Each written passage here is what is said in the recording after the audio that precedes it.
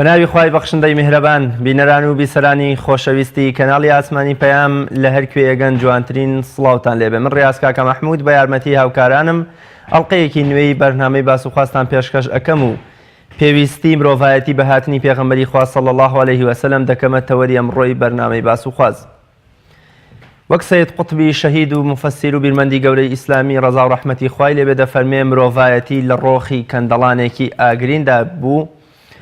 هاتنی پێغەمبەری خوا صلی الله علیه وسلم دەستی ڕزگاری و فەریادڕەسی ڕاستەقینە بوو بۆ بەرزکردنەوەی مرۆڤ لە زۆنگاوی جەهالی و دواکەوتووی و نەزانی بەرەو شکۆی باڵایە، بەرەو مەلەکوتی باڵایە، بەرەو بەها باڵاکانی نێو کۆمەڵگە. مرۆڤایەتی لە دۆخێکی زۆر ناهەموار و نالەباردا بوو. تەواوی مرۆڤایەتی لە دواکەوتوویەکی بەرچاودا بوون. زوڵم و ستەم و تاریکی و نەزانی باڵی بەسەر بە تەواوی مرۆڤایەتیدا کێشا بوو. کۆمەڵگەی مرۆڤایەتی ڕۆژ بە ڕۆژ بەرەو پووکانەوە و تیاچوون و ستەم و زۆرداری دەچوو. ئەوە تا ڕەبیعی کوڕی عامر یا ڕوبعی کوڕی عامر کە بە نوێنەرایەتی عومەری کوڕی خەتاب ڕەزا و ڕەحمەتی خوای لێبێ دەچێتە لای ڕۆستەمی پاشای فارسەکان کاتێ لە هۆکار و ئامانجی فتوحاتی ئیسلامی و هاتنی سوپای مسلمانان بۆ نێو جەرگەی خاکی فارس دەپرسێ. ئەویش لە وەڵامدا دەفەرمێ ئێمە هاتوین بۆ ڕزگارکردنی بەندەکان لە بەندایەتی بەندەوە بۆ بەندایەتی خوا و لە زوڵم و ستەمی ئاینەکان بۆ دادپەروەری ئیسلام و لە تەنگ و چەڵەمە و تەسکی دنیا بەرەو فراوانی قیامەت.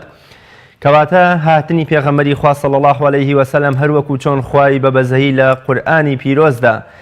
دەفەرمێ خوای گەورە منەتی هەیە بەسەر ئیماندارانەوە کە هەر لە ڕەگەز و جنسی خۆیان پێغەمبەرێکی بۆ ناردوون تا فێریان بکات، تا فێری حیکمەتیان کات، تا لەگەڵ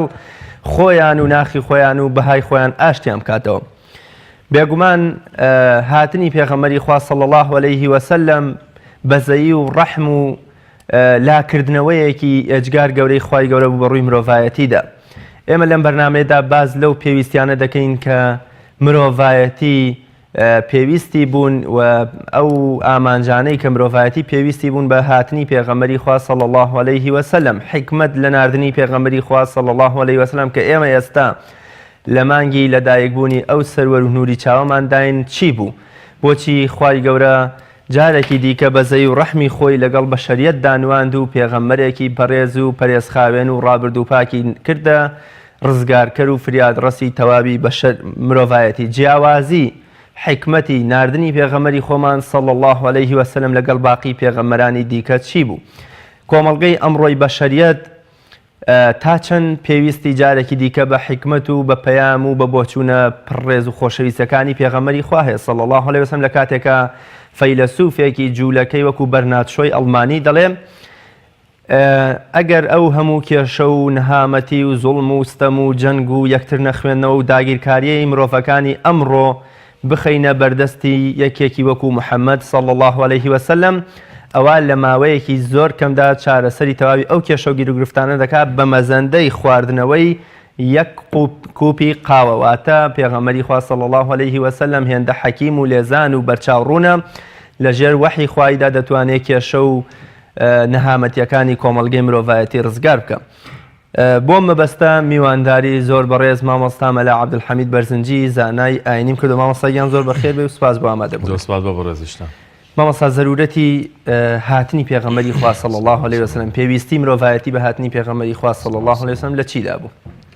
بسم الله الرحمن الرحيم الحمد لله رب العالمين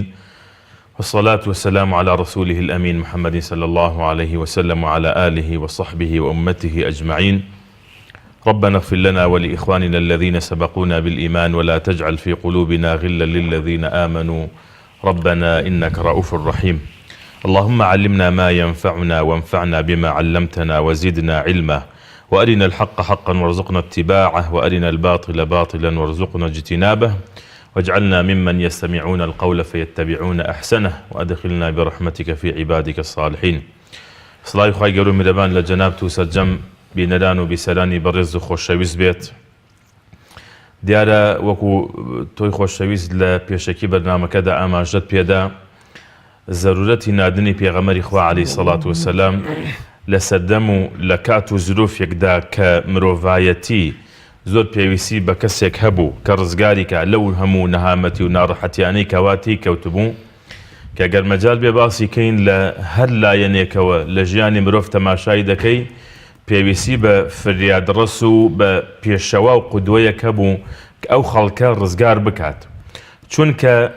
خەڵکی لە ناو تاریکایی و لە ناو ظولومات و لە ناو نەفامی و جاهیلەتە ڕۆچوو بن. خۆی گەورە تەبارەکە و تەعالە کاتێک کە پێغەمبەری خۆی عەلەیهی سەڵات وسەلام ناردووە پەیامی بۆ ناردووە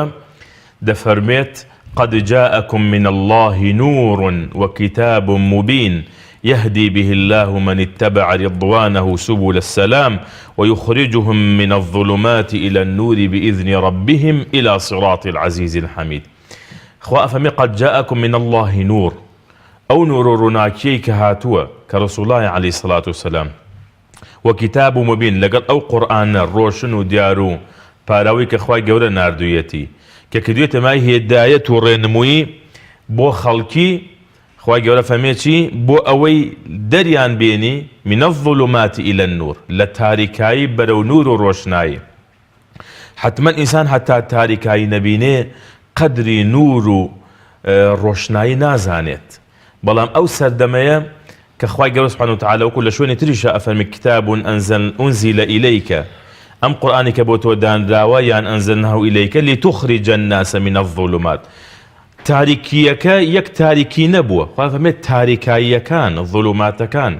نارحتي كان كبسر جاني خلقي داهاتبو لهمو لانيكوا أقل لاني عقيدة وتماشاب كي خلقي جورهاش تانا بارست يعني أو خوايك أواني دروس كدوا بو عبادتو برسني خواي قورا ئەو پەرستنی خوای گەورە لێت یەکچوو بۆ جوشتی تریانە پەرست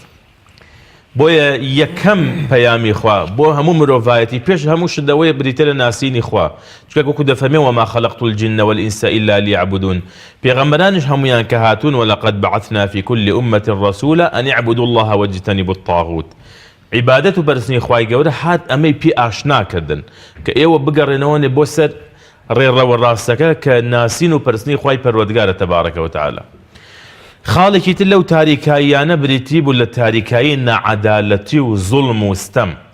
کە هەر کەس دەسەڵاتی هەبوایە بێدەسەڵاتەکەیە خوارد هەر کەسێ عەشرەت و بنەماڵە هۆز و تیرەی هەبوایە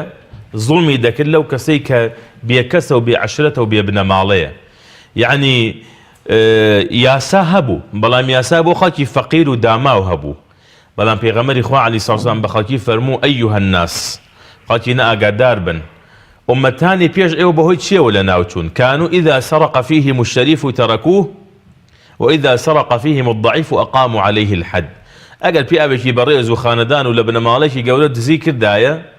ئەوازیان لێ هێنا بەڵام کەسێکی هەژار و داما و بۆیە حکومەکان بەسەرا جێبەجێ کرد پاشان سوێنی خوا فەرمووی سوێن بە ئەڵڵاه ئەگەر فاتیمە کچی محەممەد دزی بکات حکمی ئەڵڵای بەسەرا جێبەجێ یەکەم کەواتە پێغەمبەر خوا عەلەیهی سەڵاتو وسەلام هات عەدالەت بەرپا بکات عەدالەت و دادپەروەری لەسەر زەویدا کە خاڵێکی زۆر گەورە و گرنگە چکە عەدالەت هەر بۆ خەڵکی مسڵمان نییە ئەگەر کەسێکی مسڵمان خاوەنی دەسەڵات بێت عەدالەت و یاسا بەرجەستە بکە هەموو هاوڵاتیان هەموو هاونیشتمانیان بەبێ جیاوازی لەژێر سای ئەو عەدالەت و دادپەروەریە ئیسلاح دەکەن پاشان یەکێتر لەو تاریکانەی کە هەبوو تاریکایی چینایەتی ئەوەی کە حەل لە ڕوانگەی کابرا سپی پێز وایە لە ڕەشپێستەکە خۆی بە گەورەتر و بە چاکتر ئەزانی کابرا دەوڵەمەند و سەرمایەدارەکە خۆی لەوی تر بە گەورەتر ئەزانی جا گەورەترین تانە کەدایان لە هاتنی پێغەمبەر سەڵاتو ئەنوو ئەم محەممەدە بۆچی هاتووە بەگاڵتەوە یانوو محەممەد بۆ هاتووە ئەڵێ خەڵکی یەکسانن ڕەش و سپی و عەرەب و عەجەم وەکو یەکوان لە تەرازووی خوا بەڵکو ئین ئەکرەمەکم عیند الله ئەتقاکم بەڕێزترین ئینسان لای ئەڵڵا بەتەقواترینیانە جا ئەگەر بیلالێکی کە حەبەشیەک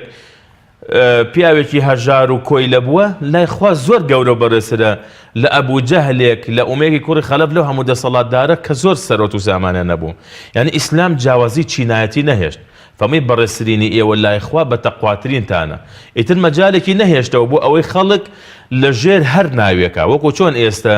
ئەبینین لە جیهاندا لەژێر ئەم ناوانەوە زوڵم و ستەم لە خەڵکی تر ئەکرێ کابرا لەبەر ئەوەی زوبانەکەی خۆی نییە ئەچێ زوڵمەکە چۆن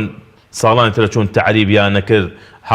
لە زمانێکی خۆی نەبووە دەریان نەکرد و ئێستا تقریبا لە هەموو جیهانە ئەم زوڵم مستەمە ئێستا هەر باوە پێغەمبەری خوا عەلەیهی سەڵاتو وسەلام هات ئەم چینایەتی لە ناو خەڵکان نەهێشت هات خەڵکی کردە برای یەک ئەمجا ڕێز و شکۆی بۆ مرۆڤ هێشتەوە چۆن ئێستا ئەڕۆیتە بازاڕ بڵێن شوێنەکەی پێڵەن مەیدانی ئاژەڵ فرۆشتن ئەوسا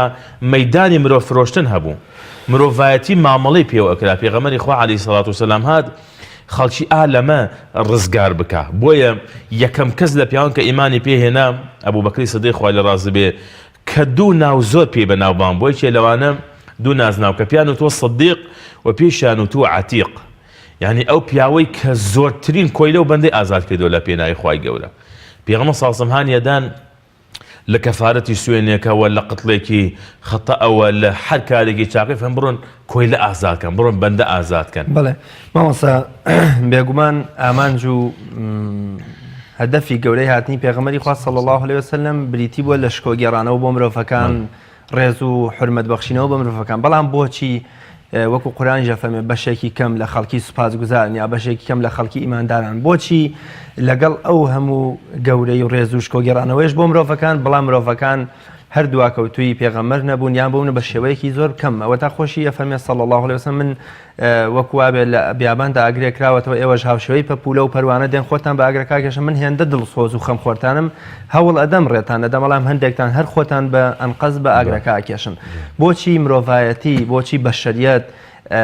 لە ئاست ئەو نور و لە ئاست ئەو تریفەی مانگ و تیشکی خۆرا شەمشەمە کوێرە ئاسا هەر تاریکی هەڵبژارد بەشێکی کەم نەبێت شوێن کەوتووی نەبن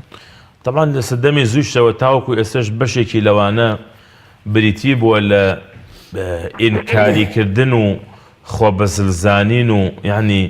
نەفسبەرزی خۆیان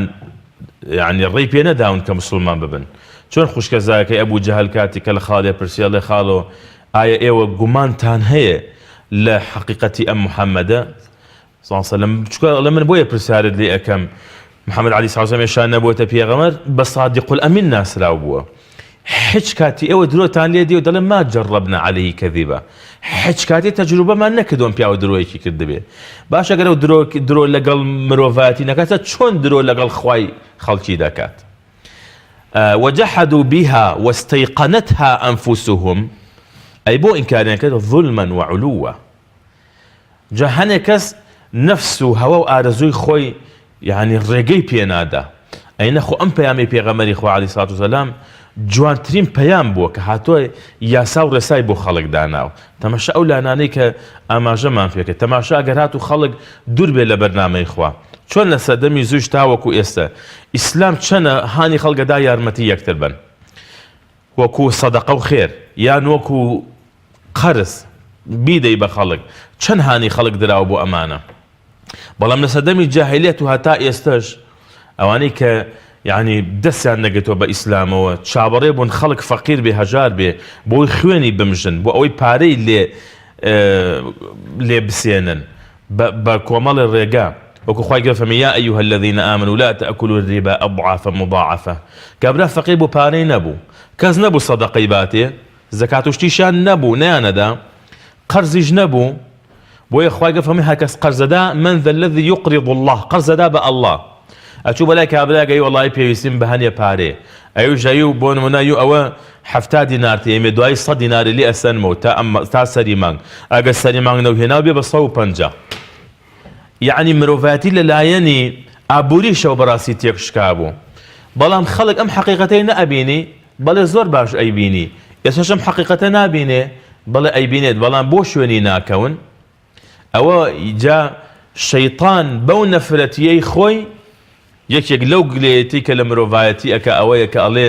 ولا تجد أكثرهم شاكرين ئەڵێ خوایە نابینی زۆرینە ئەو خەڵکە سوپاسگوزاری تۆ بن يعني بو نفرتي خوي دلكي بو كدو كمروفاتي تشان سبلي ان الانسان لربه لكنود انسان تشان ناس باص لبران برخواي جورو لبران بر نعمته كانك جورتري نعمل لوانا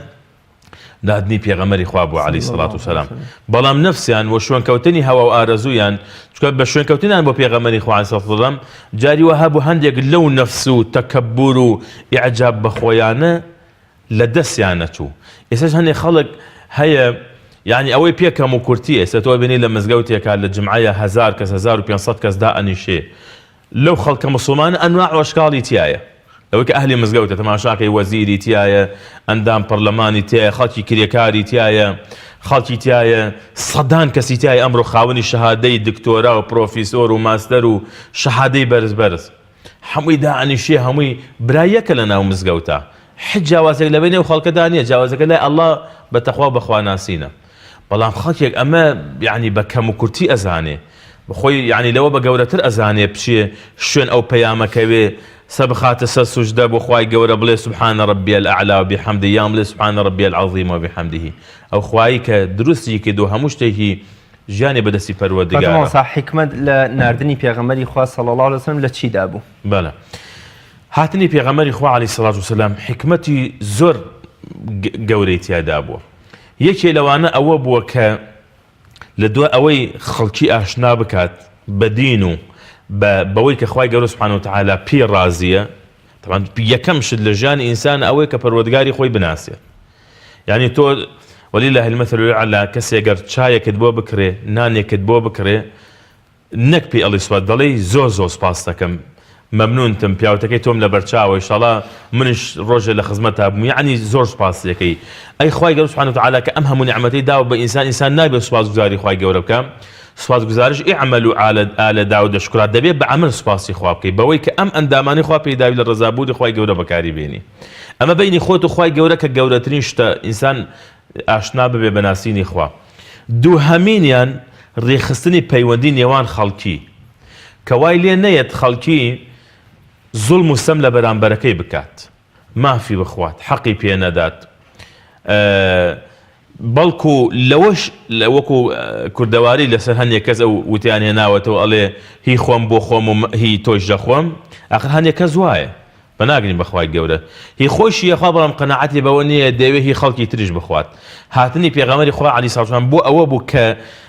ئەم یاسا و ڕێسایی بۆ خەڵک دابنێ هەموو کەس سنووری خۆی بزانێ هەموو کەس یاسای خۆی بزانێ هەموو کەس بزانێ حەق و مافی چییە و ئەو ئەرک و واجباتانە چییە لەسەر شانی بۆیە ئەم ئیسلامە کە ئەڵڵا جەلە جەلالوه بۆ خۆی سەلامە دینەکەی دینی ئیسلامە ئەبێ ڕەسوولەکەیشی عەلەیهی سەڵاتو وەسەلام ڕەحمەت بێت چونکە خەڵک بەدەست بێ ڕەحمیەوە ئەیناڵان کابرا مناڵەکەی خۆی زینە بە چاڵەکەت وإذا الموءودة سئلت بأي ذنب قتلت مناڵەکەی خۆی زیندە بە چاڵەکەت سوکایەتی بەرامبەر بە دایک و بە خوشک و برایە کرد خێزان و ژن و پیا و ئەمانە شکۆی بۆ نەمابوو وای لێ هاتبوو جۆرەها نیکاح هەبوو هاتنی پێغەمبەری خوا عەلەیهی سەڵام بۆ ئەوە بوو کە شکۆ بگێڕێتەوە بۆ خێزان هەموو کە بزانێ دایکی کێیە باوکی کێیە برا خوشکی کێیە هەنێ ئەوسا یعنی جۆرەها شتی خراپە بوو حتا ماڵ هەبووە ئاڵای سوور و شوێنی تایبەتی هەبوو بۆ کاری خراپە نەخۆشی و دەرد و خراپە لە نێو خەڵکیدا بڵاو بوو هاتنی پێغەمبەری خوا عەلەیهی سەڵاتو وەسەلام هاتبوو بۆ ئەوەی کە خەڵک بگێڕێتەوە بۆ سەر ڕێڕەوە ڕاستەکەی ژیان خۆ ئەمەی کە پێغەمبەری خوا عەلەیهی سەڵاتو وەسەلام بۆی هاتووە بۆ نمونە پابەدمن بەم ئاکارە جوانانە لە نێو خێزاندا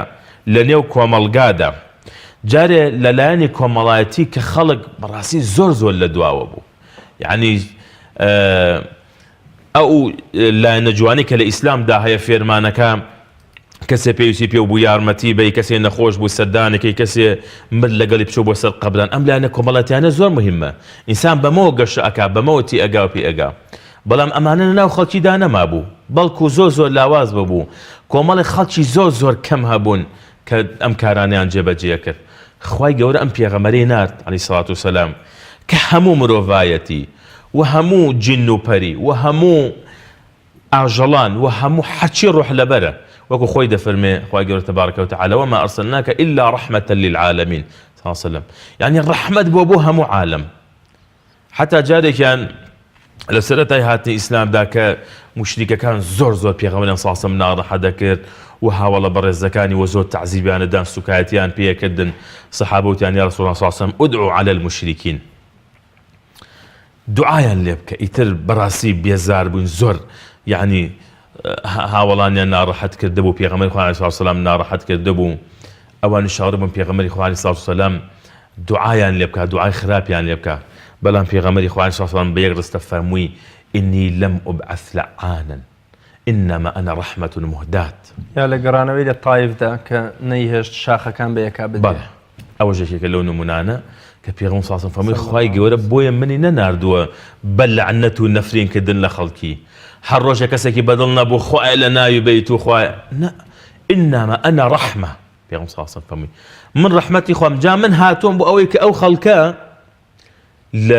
لە عەزاب و ئاگر ڕزگاریان بێت مامۆستا ناردنی پێغەمبەری خوا صلی الله علیه وسلم تا چەند بەزەیی هاتنەوە بوو بە گرۆهی بەشەریەتدا تا چەند بەزەیی هاتنەوە بوو بە ستەم لێکراواندا بە چینی ئافرەتدا بۆ بەرزکردنەوەی شکۆی مرۆڤایەتی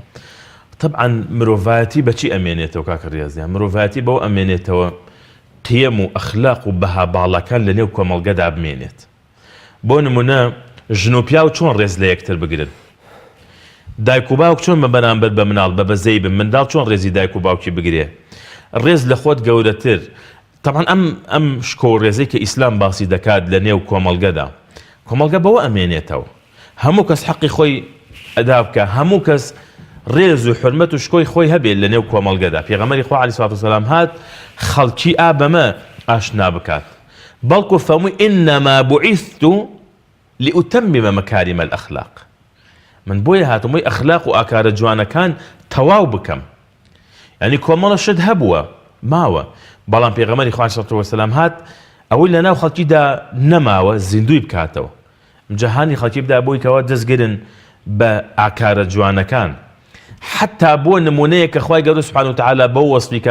کە دەفەرمێ وئینەکە لەعەلا خولوق عەظیم یعنی تۆ لە سەرووی ڕەوشتە گەورەکانی ڕەوشتە بەرزەکانی قودوە بۆ پێغەمبەری خوا عەلەیهی سەڵات وسەلام خەڵکی پێویستی بەم ڕەحمەتە هەبوو کە پێغەمبەری خوا عەلەیهی سەڵات وسەلام لە ژیانی خۆیدا بەرجەستەی کردەبوو بۆ پیاوەکان بۆ ئافرەتەکان حتا بۆ نەیارەکانی لە کەناڵی ئیقرا یەکێ لەو بەرنامانەی کە پرسیارەکەن لە خەڵک ئەوانەی کە تازە مسڵمانە بن هۆکاری مسڵمان بوونی ئێوە چییە کتێبێکەیە بە ناوی حەیاتی محەممەد صلی الله عليه وسلم کە نزیکەی 12 خەڵکی ئەکادێمی و پسپۆری گەورە نووسیویانە خاوەن دکتۆرە لەوە دەباسی ئەوە کە دەڵێ ئێمە خوێندنەوەی ئەو کتێبە بۆتە هۆکاری مسڵمان بوونی ئێمە یعنی پێغەمبەری خوا عەلەیهی سەڵات وسەلام بە ئاکار و ڕەوشە جوانەکانی وای کرد کە خەڵک بێ بەرەو ئیسلام جان نمونەی مسلمانیش ئەبێ ئاوا بێت خەڵک لە مسلمانەوە تەماشای ئیسلام کا بڵێ بەڕاستی فلانە کەس نمونەیەکی جوانە لە ناو دایرەکەی لە ناو بازاڕ و کەسابەتەکەی لە ناو دوکانەکەی خۆی لە هەموو شوێنێکە نمونەیەکی جوان بێت نەک خەڵک بڵێ فلانە کەس تخوا من نوێشکەم وەکو ئەو بم وەرە وەڵاهی من وەکو ئیسلامەتی بکەم هەر ناگەم ئینسان نابێ وا بێت ئێمە بێت چاوکەین لە پێغەمبەری خوا عەلەیهی سەڵات وسەلام کە ئەڵڵا تەعالا بۆ خۆی تەربیەتی کردبوو بۆ خۆی کردبوو یە نورێک وەکو خۆی ئەفەرمێ نوڕن نوری بێت کە نەک بۆ سەردەمی خۆی هەتایە کە تۆ ژیانی ئەو پێغەمبەر ئەخوێنیتەوە عەلەیهی سەڵات وسەلام تەنانەت بۆ ئەوانش کە بێباوەڕ بوون کە دوور بوون لە بەرنامەی خوا بەڵام پێغەمبەری خوا عەلەیهی سەڵات وسەلام لە کاتی جەنگەکاندا لە کاتێکا کەوا ئەسیر بوون یعنی کابرا گەورەترین سەرکردە بووە هاتۆ بۆ کوشتنی پێغەمبەری خوا عەلەیهی سەڵات وسەلام پیلاندا ڕێژەر بۆ لە ناوبردنی ئومەتی ئیسلام کە لەو سەردەمەیە لە مەدینەدا کۆ بووەتەوە بەڵام کاتی پێغەمبەری خوا عەلەیهی سەڵات وسەلام دەچێتە مزگەوت دەبینێ ثومامەی کوڕی ئەثال بەستویانەتەوە فەرمێ ئەو بۆچی بەستوتانەتەوە ئەی پێغەمبەری خوا عەلەیهی سەڵات وسەلام ئەو فلانە کەسە ئەفەرمێ ناشێ خواردنتان پێ نەدابێ دەڕۆن نانی بۆ دەهێنن شیری بۆ دەهێنن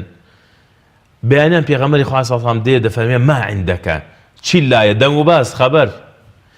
کابرا هەر دانی پیانانە تا 3 ڕۆژ دوای ئەفەرمێ دەبڕۆ تۆ ئازادیت دەڕاتە هەر کەمێک دوورەکەوێتەوە و دەگەڕێتەوە و شایەتومان هێنێت و کە ئەخلاقی پێغەمبەری خوا دەبینە عەلەیهی سەڵات وسەلام دوای ئەوە دەفەرمێ خەڵکینە بەخوا هەر ئەو 2-3 ڕۆژە من ئیسلام چوو بە ناو دڵم بەڵام نەک بڵێن لە ترسا ئەوە بەستومانەتەوە و بەندیە و دیلە بۆی ئێستا مسلمان بووە قووەت و زەختی ئەوم لەسەر نەما بەڵام ڕۆشم ئێستا گەڕاومەتەوە شیرینی ئەو ئیسلامە چۆتە دڵمەوە سوێن بە ئەڵڵا ئەی محەممەد پێش ئەوەی بێمە مەدینە هیچ کەسێ نەبوو لەم دنیا بەقەر تۆ ڕقم لێی بێت بەڵام ئێستا هیچ کەسێ نییە بەقەر تۆ خۆشم بوێ و هیچ شارێک و هیچ شوێنە نییە بەقەر شارەکەی تۆ خۆشەویست بێت لە دڵی مندا ئەخەر پێغەمبەری خوا عەلەیهی سەڵام بۆچی خۆی لە خۆیەوە دەستی پێ ئەکرد چۆن لە سیلسیلەی صحیحە شێخ ئەلبانی ناویتە ڕەحمەتی خوا لێبێ کاتی لە بەدرا پێغەمبەری خوا عەلەیهی سەڵات وسەلام خەڵکی ڕیز دەکات دەفەرمێ دەی براکانم ڕیز بن دەگاتە لایەکێک لە هاوڵان کە تۆ زیاترتە پێش و پێم ساسم دەفەرمێ بچۆرە دواوە پاشان ئەوش دەفەرمێ پێغەمبەری خوا عەلەیهی سەڵات وسەلام تۆ خۆت بە عەدالەت و بە دادپەروەری هاتوویت دەفەرمێ بەڵێ دەڵێ تۆ ئەو دارە چی بۆ پێت بووە کە ئێمە ڕیز کردووە داد بەسکی مندا عەزیەتم پێگەی پێغەمبەری خوا صلی الله علیه و سلم فەرمێ دەی تۆ چی دەوێت دەفەرمێ حەقی خۆمم دەوێت پێغەمبەری خوا صلی الله علیه و سلم فەرمێ فەرموو حەقی خۆت وەرگرەوە دەفەرمێ ئەخەرەی پێغەمبەری خوا عەلەیهی سەڵات وسەلام کە تۆ ڕێکت دەکردیت و ئاماژەت بە من دامە لەو کاتە سەنگم ڕوود بوو پێغەمبەری خوا عەلەیهی سەڵات وسەلام جلەکەی دەفەرمێ فەرموو ئەویش باوەش دەکات بە پێغەمبەری خوا عەلەیهی سەڵات وسەلام و ماچی دەکات فەرمێ پێغەمبەری خوا عەلەیهی سەڵات وسەلام بۆ وات کرد ئەفەرمێ وەڵڵاهی ئێستا وتین لە مەیدانی شەڕدا معلوم نییە لەوانەیە من ئیتر لە دوای ئەمە بمرم بەڵام سوێن بەخوا حەزم کردووە کۆتا ساتەکانی ژیانم جسمم بەر جسمی پیرۆزی تۆکەوی پێغەمبەری خوا عەلەیهی سەڵات وسەلام یعنی پێغەمبەری خوا عەلەیهی سەڵات وسەلام بۆ خۆی قودوە بووە یعنی وا نەبووە بە خەڵک بڵێ عەدالەت و دادپەروەری جێبەجێکەن بەڵام شمولی خۆی نەکا بە خەڵک بڵێ ئێوە ئەوە بکەن بەڵام خۆی نەکەن نە خۆی قودوە بۆ خۆی پێشان جیاوازی ناردنی پێغەمبەری خوا صلی الله علیه و سلم لەگەڵ پێغەمبەرانی بەر لە خۆیدا لە چی بووە کاتێ بینین پێغەمبەرانی دیکە بۆ هۆز و شار و قەبیلەیەکی دیاریکراوات و بەڵام پێغەمبەری خوا صلی الله علیه و سلم وما ئەرسەلناکە ئیلا ڕەحمەتە للعالەمین بۆ هەموو گرۆهی بەشەریەت و تەنانەت پەری و ئەوانی دیکەش جیاوازیەکە لە چیدا یان بۆچی خوای گەورە ئەمی تایبەت کردووە بۆ هەموو مرۆڤایەتی ئەوانی دیکە بۆ هەر کەسە بۆ قەبیلە و هۆز و شاری خۆی بەڵێ دیارەکە وەکو پێغەمبەری خوا عەلەیهی سەڵات وسەلام فەرمێ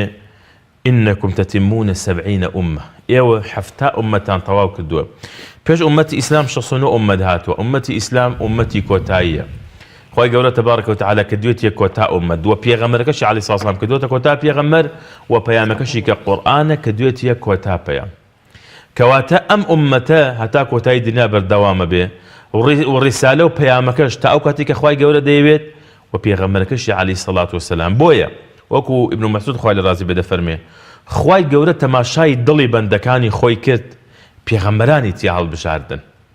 یعنی چاکترین کەسێک بۆ ئەوەی کە پەیامی خۆی پێ بدات بریتێ لە پێغەمبەران سەڵات وسەلامی خوان لەسەر بێت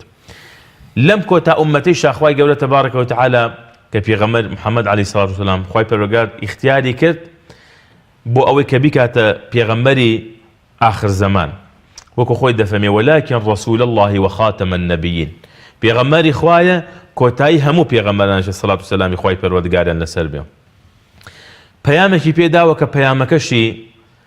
تەواو گشتگیر بێ بۆ هەموو کاتێک و بۆ هەموو سەردەمێک هەر کەسێ بڕواتەوە بۆ ئەم دوو سەرچاوە قورئانی پیرۆز لەگەڵ سونەتی صەحیحی پێغەمبەری خوا عەلەیهی سەڵات وسەلام هیچ کات بەرەو گومڕایی و بەرەو سەرگەردان و بەرەو لادان ناڕوات بەڵام سەرچاوەکە نەک ئینسان لە خەڵکێکی ترەوە بێوێت لە ئیسلام حاڵی بێ خۆی مەصدەر و سەرچاوەکە چۆن ئینسان لێوە لێ حاڵی بێ ئەخر ئێستا کەسی وا هەیە قسە ئەکات یان دەیەوێت تەمسیلی ئیسلام کە بەڵام شێوازە حەقیقیەکە نییە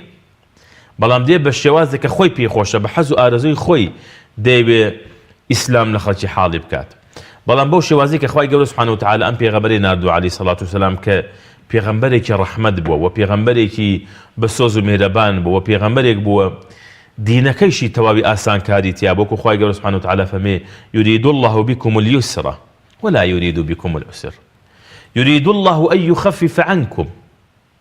بۆ چونکە خلق الإنسان ضعيفا خوای گەورە سوبحانەهو وتعالە ئێمەی دروست کردووە سروشتیشمان ئەزانێت لەبەر ئەوە ڕێک پەیامەکەی و ڕیسالەکەی پێغەمبەری خوا عەلەیهی سەڵات وسەلام لەگەڵ کات و زروفەکەیدا کە بووی ناردۆ زۆر گونجاو بووە حتا ڕۆژی قیامەت ئایەتێک پەیامێک کارێکی ڕەسوڵ الله عەلەیهی سەڵات وسەلام کە کردوویەتی نییە بڵێ بەخوا ئەمە بە خەڵکی ئەم سەردەمە نایەت ئیلا قورئان سەبەب نوزولەکەی فەرمودەی پێغەمبەر عەلەیهی سەڵات وسەلام سەبەب ورودەکەی دانانی ئەمانە لە جێگەی خۆیدا ئەم ئایەتەی خوای گەورە سوبحانەهو وتعالە باسی چی ئەکات باسی چی ئەکا حکمەتەکەی لە چییە فەرمودەکەی پێغەمبەری خوا عەلەیهی سەڵات وسەلام بۆیە خوای گەورە سوبحانەهو وتعالە کە ئەم اختیاری کردووە بۆ ئەم ئومەتە گەورەیە ئەم پێغەمبەرە عەلەیهی سەڵات وسەلام کە وەکو دایکی ئیمانداران عائیشە خوای لێ ڕازی بێ دەفەرمێ شەوێکیان پێغەمبەری خوا عەلەیهی سەڵات وسەلام لە کاتێکدا کە هاتەوە بۆ ماڵەوە دەفەرمێ چوە سەر جێگا لە دوای ئەوە فەرمووی ئەی عائیشە خوای لە ڕازی بێ ذەرینی ئەتەعەبەدو لڕەبی ئەگەر مۆڵەتم بیت حەزەکەم هەستم بڕۆم عیبادەتکەم بۆ پەروەردگارم. عائیشە خواز بێ دەفەرمێ ئەی پێغەمبەری خوا عەلەیهی سەڵاتو وەسەلام سوێن بەخوا حەزم بە نزیکایەتی و بە خزمەتی تۆ هەیە، بەڵام ئەوەشی کە بۆ خۆت پێت خۆشە مادەم حەزت پێت هەیە ئەی پێغەمبەری خوا عەلەیهی سەڵاتو وەسەلام فەرموو. ئەفەرمی پێغەمبەری خوا عەلەیهی سەڵاتو وەسەلام هەڵەسێ دەست نوێژێگەگرێ لە دوای ئەوە دوور کات نوێژەکات لە قیامە زۆر دەگری کاتی دەچێتە ڕکوع کاتی هەڵدەسێتەوە کاتی دەچێتە سەجدە زۆر دوعا دەکاوە زۆر دەگری بۆ ئومەتەکەی و داوای دوعای خێرەکە لە خوای پەروەردگار و تەبارەکە و تەعالا بە کوڵ ئەپارێتەوە لەو شەوەدا بۆ ئومەتەکەی خۆی، حتا ئەوەنە داوای کردووە کە خوای گەورە فەرموویەتی وەلەسەوفە یوعطیکە ڕەبوکە فەتەڕضا. و دایکی مادەران خوا لە ڕازی بێ عائیشە جارێکی تر دەفەرمێ شتێک لە دڵما بوو زۆر حەزمە کرد کاتێک فەرسەتێ بگونجێت ئەم پەیامم بەم بە پێغەمبەری خوا عەلەیهی سەڵاتو وەسەلام کە ئەویش دوعایەک بوو دوعایکی تایبەتیم بۆ بکات. دەفەرمێ تا جارێکیان ڕێکەوت پێغەمبەری خوا عەلەیهی سەڵاتو وەسەلام لە حاڵەتێکا بینیم زۆر کەیفی خۆش بوو زۆر دڵی خۆش بووتم یا ڕەسوول الله عەلەیهی سەڵاتو وەسەلام پێم خۆشە کە داواکاریەکەم هەیە بۆم جێبەجێکەی. ئەویش فەرمووی چی ئەی عائیشە وتم ئەی پێغەمبەری خوا عەلەیهی سەڵاتو وەسەلام حەزەکەم دوعام بۆ بکەیت. ئەویش فەرمووی اللهم اغفر لعائشة خوای لە عائیشە خۆش بە خوای لە هەڵەوپەڵەکانی خۆش بە ئەوەی بە ئاشکرا کردوویەتی ئەوەی بە نهێنی کردوویەتی گورد و دریشتی گەورە و بچووکە خوای لە هەموو گوناهەکانی خۆش بە. ئەفەرمێ زۆر دوعاکانی پێغەمبەرم پێخۆش بوو عەلەیهی سەڵاتو وەسەلام چونکە دوعای پێغەمبەر سەڵاتو ڕەت ناکرێتەوە. ئەفەرمێ زۆرم پێخۆش بوو زۆر پێکەنیم حتا سەرم لەسەر کۆشی پێغەمبەری خوا عەلەیهی سەڵاتو وەسەلام کەوتە سەر زەویەکەم. پاشان فەرمووی ئەی عائیشە دوعاکەی من زۆر کاریگەر بوو بەلاتەوە. ئەویش فەرمووی بەڵێ فەرمووی والله إنها دعوتي لأمتي في كل صلاة سوێن بە ئەڵڵا ئەو دوعای بۆ تۆم کرد دوعای منە بۆ هەموو ئومەتەکەم لە ناو هەموو نوێژەکە کەڵم خوا لە ئومەتەکەم خۆش بی لە هەڵەوپەڵەکانیان خۆش بی ئاشکرا و نهێنیان ورد و درشتیان. بەدەر لە مسلمانان خەڵکی بەدەر لە مسلمان تا چەند پێویستیان بە هاتنی پێغەمبەری خوا بوو یا لە ئێستادا مەلای گەورەی کۆیە بە ڕەحمەت بێت لە تەفسیرەکەیدا دەفەرمێ 1000 نەفرەتی خوا لە گەورە و سەرۆکەکانی نەسارا و جوولەکە بێت کە دڵی ئەو هەموو خەڵکیان لە نوری پێغەمبەری خوا لە خۆشەویستی پێغەمبەری خوا صلی الله علیه وسلم بێبەش کرد. ئەو دەفەرمێ تەنانەت ئەگەر ئیمانیشان بە محەممەد نهێنایە ئەم نورە وەکو ڕۆح وەکو خوێن پێویست بوو بۆ جەستە و بۆ دڵ و دەروون و بۆ خۆشبەختی ئەوان، بەڵام نەفرەتی خوا لە گەورە و ڕاهیب و قەشەکانیان بێت کە ئەوەندە وێنەیەکی ناشرینی پێغەمبەریان بەخشی ئەو گەل و ئومەتیان بێبەش کرد. بەدەر لە مسلمانان گەلی کافر لەو سەردەمەدا لە ئێستادا تا چەند پێویستیان بە هاتنی پێغەمبەری خوا صلی الله علیه وسلم. طبعا ئەم یاسا و ڕسایی کە پێغەمبەری خوا عەلەیهی سەڵاتو وەسەلام هێناوێتی کە خوای گەورە سوبحانە وتەعالا تەصدیقی کردووە و پشتیوانی لێ کردووە هەموو کەس لەژێر سای ئەو ئیسلامەدا ئیسراحەتی کردووە. یعنی پێغەمبەری خوا عەلەیهی سەڵاتو وسەلام لە شاری مەدینەدا خەڵکێک لەگەڵی ژیاوە جگە لەوەی کە مسلمان بن گاوری لێ بووە جوولەکەی لێ بووە خەڵکی کافر و بێباوەڕی لێ بووە خەڵکی منافق و دووڕوو ئەوانەی لێ بووە حتا پێغەمبەری خوا عەلەیهی سەڵاتو وسەلام سەردانی کردوون لە کاتی نەخۆشیەکانیاندا چوە ئامۆژگاری کردوون دڵسۆزی و نوسحی پێغەمبەری خوا عەلەیهی سەڵاتو وسەلام بۆ هەموو خەڵکی ئاشکرا بووە. یعنی سەردانی کەسێکی کردووە کاتێک کە نەخۆش بووە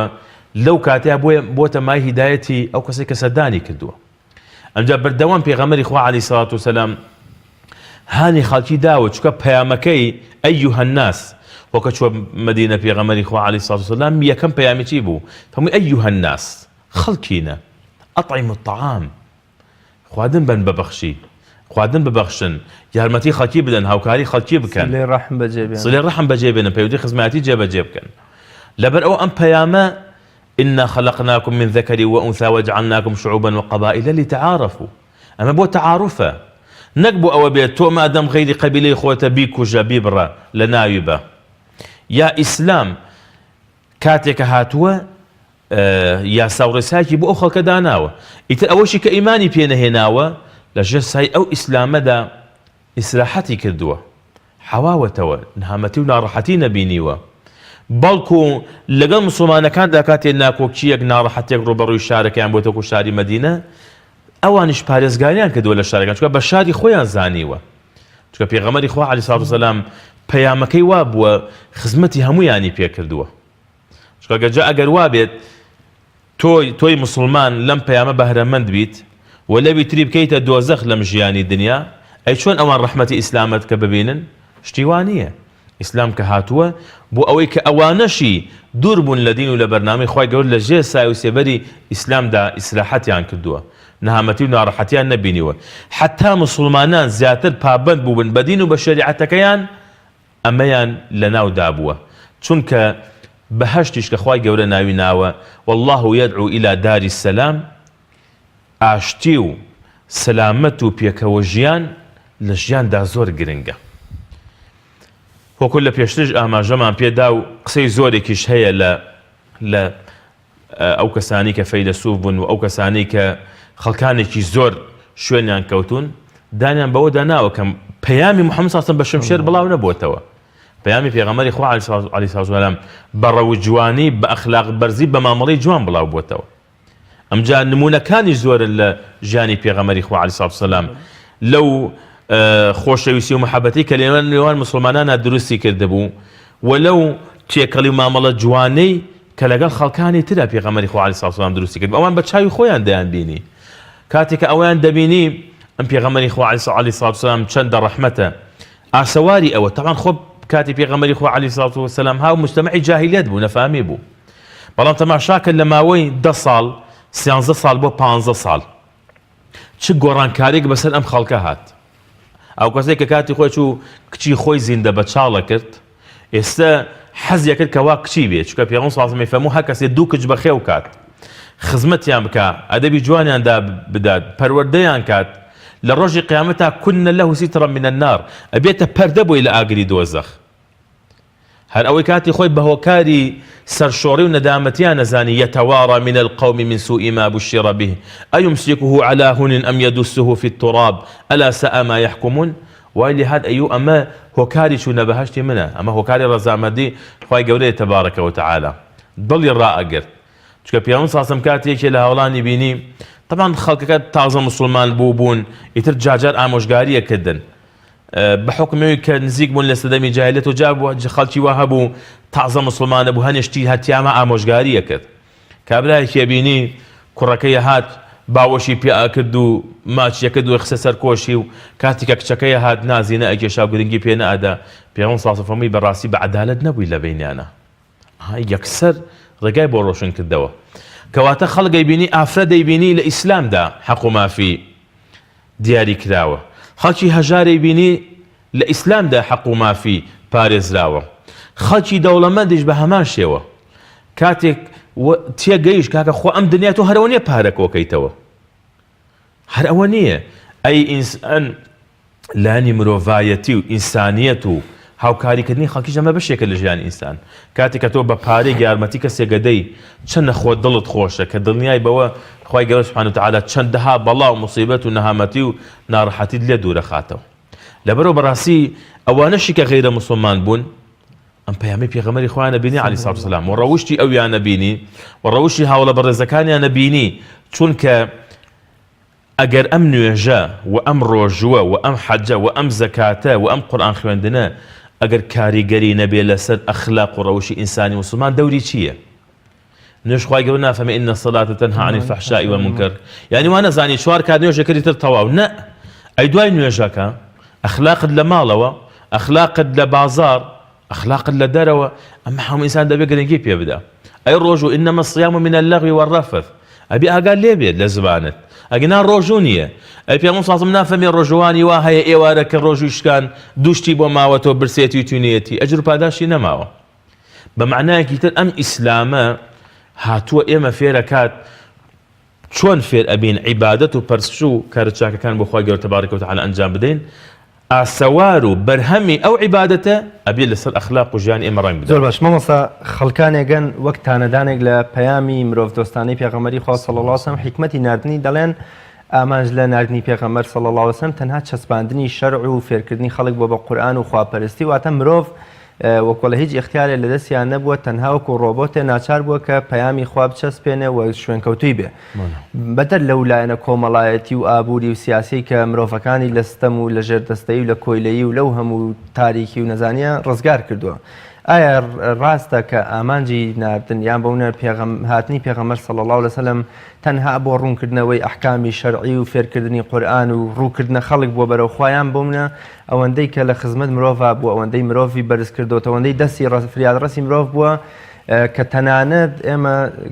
بەو قەناعەتەش گەشتوون کە خواپەرستیشمان و سەرخستنە زەویشمان بۆ خوای گەورە هەر بەشێکە لە بەرزبوونەوەی خۆمان چونکە پێغەمبەری خوا صلی الله علیه و سلم نزیکترین شوێنە لە خواوە سوژدەیە کاتێ مەگەر سەریشمان نزم بێ بۆ خوا هێشتا هەر بەرەو پلەی باڵا و بەرەو بەها باڵاکانەکشین. جوان طبعا پەیامەکانی پێغەمبەری خوا عەلەیهی سڵات وسەلام زۆرە. کاتێ یەکەم پەیام کە فەرمووی ئەطعیموا الطعام خۆ نەیفەرموو ئەطعیموا المسلمین. ئەطعیموا الطعام ئەمە خزمەتە بە مرۆڤایەتی. کاتێکە دەفەرموون پرسیارەکەن لە پێغەمبەری خوا عەلەیهی سڵات وسەلام چاکترین کار چییە؟ دەفەرمێ خەیر الناس أنفعهم للناس چاکترین خەڵک چاکترینە بۆ مرۆڤایەتی وخالق الناس بخلق حسن قل نفهمي وخالق المسلمة وخالق المؤمنة وانيا وخالق الناس يعني أخلاقي تولى قل خلقي دا قرآن كقرآن كيتو بسم الله بناوي الله دس في دكات كوتاو شيء من الجنة والناس كوتاو شيء ناس خلقه أني همي بو خزمتي خلق هاتوا وخزمتي مروفايتي هاتوا أو كإسلام هاتوا دولاني زور قرنقة يكمينان ناسيني خواهي قالوا سبحانه وتعالى كتبوا أو خلق بويت دو همينان بين خوت وخلقي كأويش دون من من باسكر باسي نيوجو روجوكا ككاريجرو تأثير عبادة لسر جاني إنسان شيء يعني تو أو نيوجي كي بو خواهي قولا أبي أخلاقي تو ريق بكا لغا كسيكا نيوج نكرا لغا كسيكا دور لخوا لغا كسيكا كافر لغا كسيكا بيباورا بقول لك شو إسلام هاتو بقول لك توي نيوج نكر لبرامبر توي نيوج خوين وأهلي دين لبرامبر كسيكي نيوج نكر أعوا با تندو خراب لك شو إسلام هاتو باكو خواهي قولا دفمي خذ من أموالهم صدقة تطهرهم دي باشا الزكاة أبي الدل باكاتو أبي السينو باكاتو أم جا خو أم رحمة إسلام كهاتوا أبي كاريجري لسمر وفاتي دابني هاتني إسلام وبيغمري صلى الله عليه وسلم دور روي دنياي وقيامتها به خواهي قول أفهمه ولقد بعثنا في كل أمة رسولا أن يعبدوا الله واجتنبوا الطاغوت كاتا دور كوتنا ولا طاغوت وجيردستي وخزمة كاريتي مشار بشكل برزبونا ويمروف لا رزقار كني مروف لو هم كوتو زنجيلي كتي الله زور توا يعني أجر إنسان ورد بيته ولا بيامي بيغمري خوا عليه الصلاة والسلام بيامي بيغمري خوا عليه الصلاة والسلام كخواي جورا ناديكو فرمي رحمة للعالمين يعني تا كوتا روجكان جاني بو أمتكي قرياوة يعني باسي يكي لبيغمراني كردوا كصحابة أفرمون يحكي نبيا من الأنبياء كقومكي أدموه خويناويان كردوا ولما فهمت اللهم اغفر لقومي فإنهم لا يعلمون خواليان خوالي بتكو أمانا نازانا يعني انها توقف في غمر خواه عليه الصلاة والسلام حد بخلق مسلمانك ابوها او كانت الدعاية كده يفرموا خواه يكذب كافران اللي صار زاوية ما هي الله بلان يعني بعكسه في غمر خواه عليه الصلاة والسلام رزي بو اوان جدانا وشكا بياما كيوايا ولقد كرمنا بني آدم خواه قورا رزي لناوا خواه قورا بمروف دروستي كردوا تول لبر اوكا كسكا كافر ناتواني ما في جاني لبسياني توا اما اللي بيامي خواش تيوانيه بەڵکو لە پەیامی خوای گەورە ئەوەیە کە تۆ وەکو یعنی خۆی سێ کەلیمەیە بەڵام ئەم سێ کەلیمەیە گەورەترین پەیامی تایە بۆ مرۆڤایەتی کە خوای گەورە فەرمێ وەقولوا للناس حسنا ئیتر خۆ ناس نافەرمێ وەقولوا للمؤمنین گشتگیرە بە هەموو خەڵک تۆ ئەبێ جوان بڵێیت ئەبێ کردەوە جوان بێ ئەبێ هەڵسوکەوتت جوان بێت ئەبێ پەیامەکەی تۆ لە بەرامبەر خەڵکیات کۆمەڵی خەڵک مسلمان و التزامی هەیە بە دینە و ئەوی تر نیەتی شتێکی تری بۆ خۆی اختیار کردووە بەڵام ئیسلام لەگەڵ هیچیانە کێشەی نەبووە لەگەڵ هەمویانە پێکەوە ژیاوە لەگەڵ هەمویانە مامەڵەی کردووە پێغەمبەر صلی الله علیه و سلم کاتێکە وەفاتی کرد درعەکەی ڕەهن نەبوو لای کابرای جوولەکە بەمەنێ جۆدا بەڵێ یعنی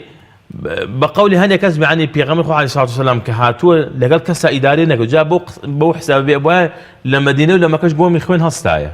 بەڵام کەی وا بووە بەڵام ئەوانەی کە دراسی ژیانی پێغەمبەری خوان کە دوعالی سڵات و سەلام تەماشاکە کە دەڵێن تا وەفاتی کردووە ژماری ئەو مسلمانانەی کە شەهید بن و ژماری ئەو بێباوەڕانەی کە کوژراون هەمووی ینی بەڕێژە دیاریان کردووە هەزار کەس تێپەڕ ناکات زۆر لەوەش کەمترە بەڵام تۆ تەماشاکە چەند خەڵک بەرەو ئیسلام هات چەند خەڵک بەرەو دوای ئەوە بڵاوبوونەوەی ئیسلام بەم وڵاتانەدا ئەخلاقی تاجیر و بازرگانەکان و خەڵکە مسلمانەکان و داعی و بانخوازەکان کاریگەرێکی وای لەسەر ئەو خەڵکە دروست کردووە کە بەرەو ئیسلام دێ کە پەیامە جوانەکەی ئیسلام ببینێ کە بزانێ ئەم ئیسلامە هاتۆ بۆی کەوا ببێ بە ڕەحمەت ئەم قورئانە کە خۆی گەورە سوبحانەهو وتەعالا تقریبا لە 200 و ئەوەندە شوێنە ڕەحم و مشتەقاتەکانی ڕەحمان و ڕەحیم و میهرەبانی و سۆز و بەزەی خۆی گەورە کە باسی کردووە لە قورئاندا کە هەر بەوەش دەست پێکا بسم الله الرحمن الرحیم الحمد لله رب العالمين الرحمن الرحیم هەمی هەر ڕەحمەتە خۆی گەورە تبارەکە وتەعالا ئەمجا پێغەمبەری خوا عەلەیهی سەڵاتو وسەلام ئەمجا دین و بەرنامەکەی ئەمجا ئیمانداریش ئیماندار کێیە پرسیارکە لە پێغەمبەر ئیماندار کێیە المؤمن